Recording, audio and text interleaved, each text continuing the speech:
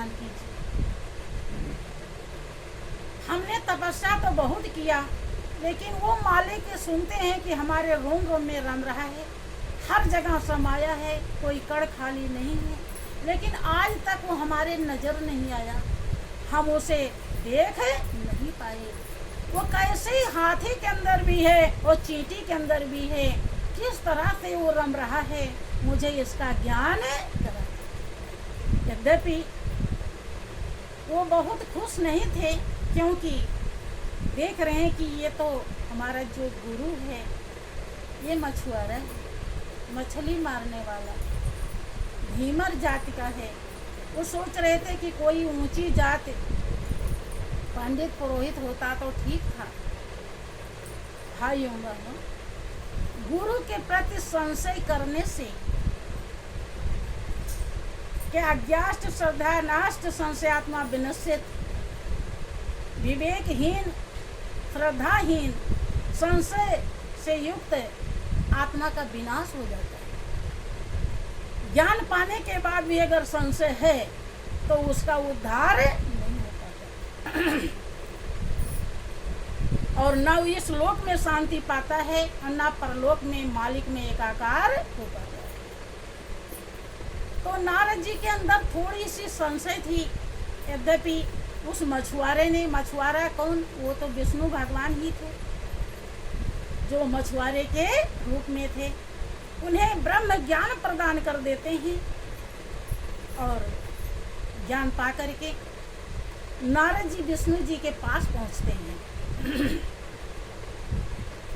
कि देखते ही गुरु करी हरि ढिंग आए और देखत ही हरि निज हृदय लगाए।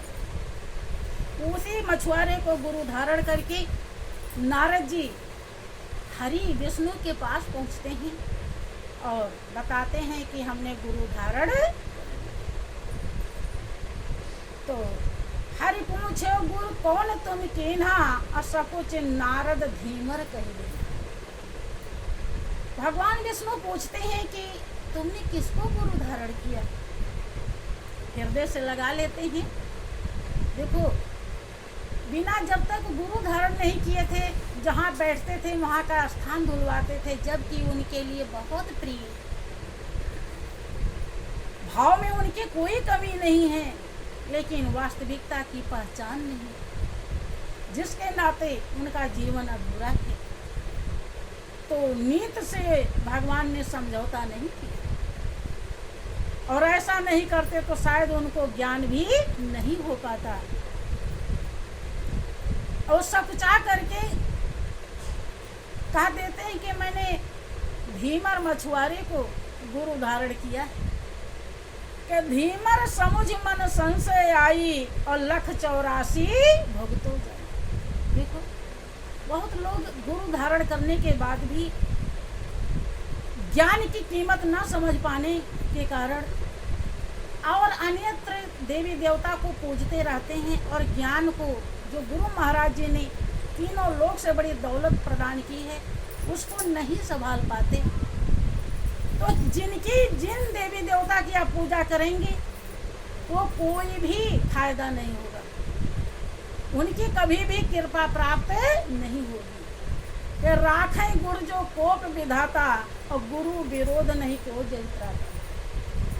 ब्रह्मा ने छठी के रात्रि में बुरे कर्म लिख दिए हैं आपको भोगने के लिए, लेकिन गुरु महाराज जी अगर आपके अनुकूल हैं, खुश हैं, तो ब्रह्मा का लेख मिट गया। लेकिन अगर उन्हें छोड़ करके आप और भटकते रहे तो जीव का कल्याण नहीं होगा। देखिए, यहाँ उदाहरण है, केवल संशय किए हैं जरा सा, इतने ही कह रहे हैं कि हमने धीमर मछुआरे को गुरु धारण किया।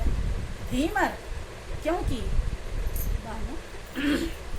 सब धरती कागज करूं, लेखन सब बन रहा है और 7 समुद्र की मसी करूं, गुरु गुण लिखा। जिस गुरु की इतनी बड़ी महिमा है, अब उनको धीमर बता रहे हैं, जो कई हजार 10,000 वर्ष तपस्या करने के बाद जो कीमत नहीं मिल पाई वो गुरु ने पल भर में प्रदान कर दी, और उस गुरु को धीमर कहें तो उचित है? शायद उचित है। इसीलिए भगवान विष्णु जिनके पास गए हैं, जो उन्हें गले लगाए हैं, वही जिस 84 लाख योनि से गुरु महाराज जी ने निकाल दिया था, उसी में विष्णु जी फिर भेज। सोनी नारद निज गुरु पही आए और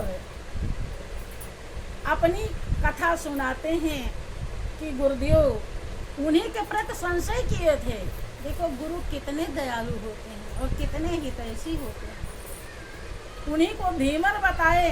और जब विष्णु भगवान ने 84 में, चूंकि वो रोम रोम में जो रमने वाली शक्ति है भाइयों बहनों, गुरु के टेक्निक फार्मूले और रास्ते के द्वारा जब हृदय में प्रकटीकरण होता है, उसी समय 84 लाख योनि से जीव छुटकारा पा जाता है। जैसे ही ज्ञान का मतलब ही यही होता है। ज्ञान का मतलब स्वयं की पहचान कर लेना, स्वयं को जान लेना हम क्या है, इसे ही ज्ञान कहते हैं। वो ज्ञान जब भीमर मछुआरे ने करा दिया, गुरु महाराज जी ने करा दिया, तो 84 बंद हो गई। लेकिन जब संशय किया तो विष्णु ने ही 84 में भेज। अब आ करके विष्णु नारद जी बताते हैं कि गुरुदेव ऐसे ही हरि 84 मोहि बतावा और या को भेद जान नहीं पावा। कि हरि ने तो मुझे 84 लाख योनि में भेजा है, मैं अब 84 क्या होती है ये मुझे पता नहीं।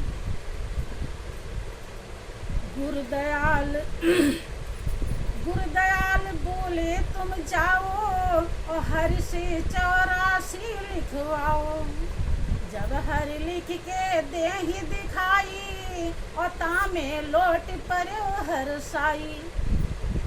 युक्ति से मुक्ति होती है और युक्ति गुरु महाराज जी ही बताते हैं।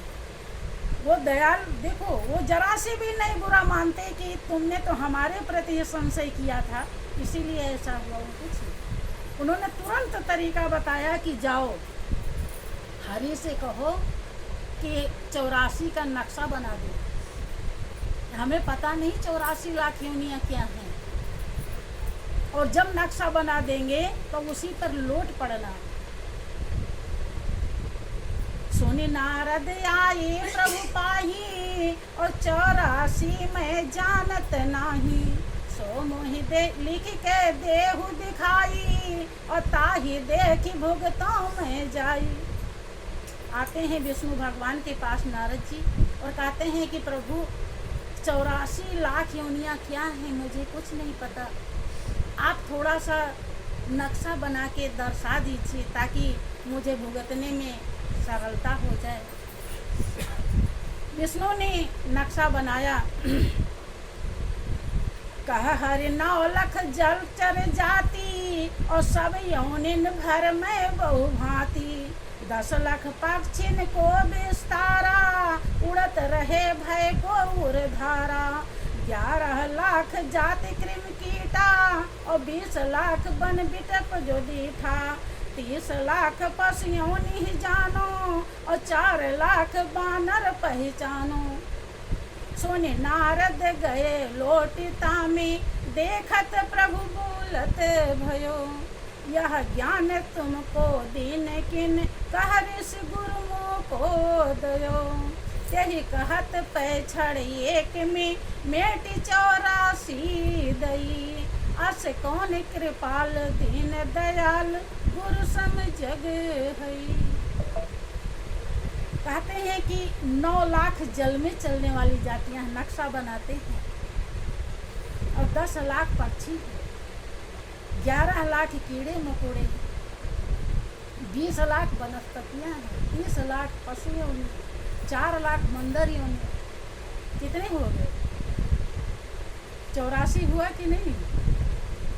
नहीं हुआ है? 9 लाख जल में चलने वाले और 10 लाख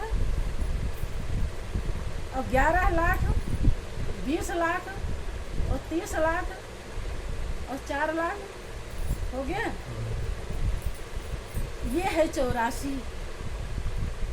नारद जी तुरंत ही लौट जाते हैं विष्णु जी दंग हो जाते कि ये ज्ञान तुमको किसने दिया? कि प्रभु ये भी 84 आप ही की बनाई है और वो भी 84 आप ही की, मैं 84 भुगत रहा हूँ। कि ये ज्ञान तुमको किसने दिया? कि ये हमारे गुरुदेव ने, जो 84 भोगने के लिए भाई एवं बहनों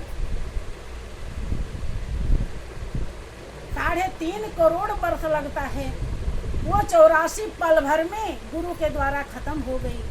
इसीलिए गुरु की महिमा भगवान इतना गाए हैं कि शायद कोई इंसान भी नहीं गा सकता। गुरु के बिना, तुलसीदास जी ने भी लिखा है कि गुरु बिन भाव निधि तारे न कोई, जो बिरांच शंकर सम होई। गुरु के बिना भाव सागर समुद्र के समान जो अथाह दुख है वह में कोई भी उससे पार नहीं पा सकता, क्योंकि गुरु ही वास्तविकता का बोध कराते हैं, और नहीं तो अज्ञानता में ही इंसान की जिंदगी बीत जाती है। छोटा सा भजन है। बोलिए प्रेम से श्री सद्गुरुदेव।